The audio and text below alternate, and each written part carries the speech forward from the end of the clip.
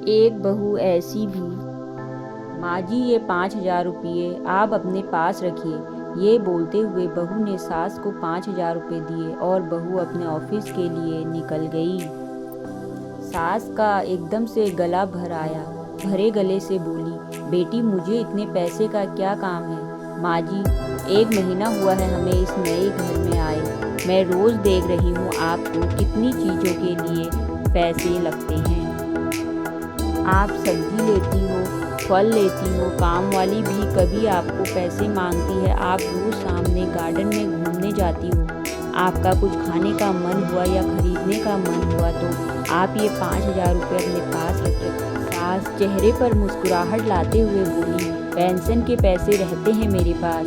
इस पर बहू बोली, माँ जी आप गार्डन में जाती हैं, वहाँ आप फ्रेंड्स बनाएं, कभी मन हुआ तो पिक्चर देखने जाएं, पार्टी दो पार्टी करें, अपनी ज़िंदगी खुलकर जियो माँ जी। इन्होंने मुझे बताया कि आपने बहुत मुश्किलें उठाते हुए इस घर को संभाला है। बड़े भैया अपने घर में खुश हैं, दीदी अपने ससुराल में खुश हैं, हम भी खुश हैं। अब आप किसी की या कोई भी चिंता किए बगैर खुश रहें। सिर्फ अपने लिए जियो, जो आपके मन में आए वो करो। मैं जानती हूँ आपने अपनी कितनी मुश्किलें उठाई हैं इस परिवार को संभालने के लिए।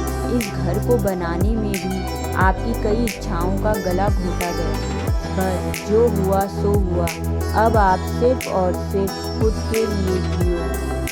बेटी, इतनी छोटी उम्र में इतनी बड़ी बड़ी बातें कहाँ से सीखी तुमने? माँ जी, जब मैं 12 साल की थी तब एक दिन मेरी दादी बुआ के यहाँ जा रही थी। मेरी माँ ने दादी को 500 रुपये उनके हाथ पर रखे और बोली, वहाँ बच्चों को बाहर ले जाना, नानी की तरफ से कुछ खाने पीने के पे खर्च करना, खिलौने लेकर देना। दादी मम्मी के गले में लगकर रोने लग गई और मैंने इतने पैसे आज तक कभी भी दिल खोल कर खर्च ही नहीं किए, ऐसा बोलने लगी।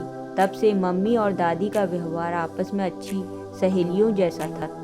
माँ जी, मुझे ये भी पता लगा है कि इस परिवार को संभालने के लिए आपको अपनी जॉब भी छोड़नी पड़ी। कितना बुरा लगा होगा आपको, कितनी इच्छाओं महत्वाकांक्षाओं का दम घोटना पड़ा होगा।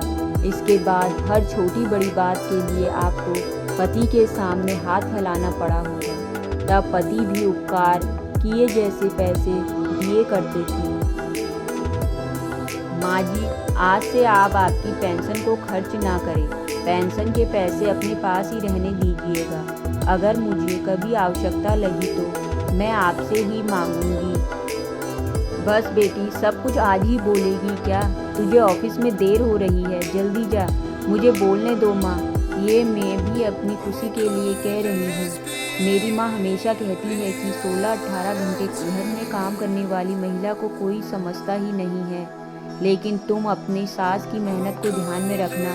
प्यार बोओगी तो प्यार ही उगेगा। सास ने डबडबाई आंख से बहू को गले लगाया और आंखों से ओझल ना हो तब तक दरवाजे में खड़ी रही। बहू के आने पर मैं इस घर की चारदीवारी में बंद कर रह जाऊंगी, ऐसा सोचा था। पर बेटी, तूने तो दरवाज़ा खोलकर मुझे बाहर का आसमान दिखा दिया। किसी की बेटी हमारे घर की बहू है और हमारी बेटी किसी घर की बहू है। हमारी बेटी के पास वही लौट कर जाने वाला है जो व्यवहार हम अपनी बहू के साथ करेंगे। कहानी पसंद आई हो तो प्लीज़ कहानी को लाइक, शेयर और सब्सक्राइब जरूर करें। राधे राधे।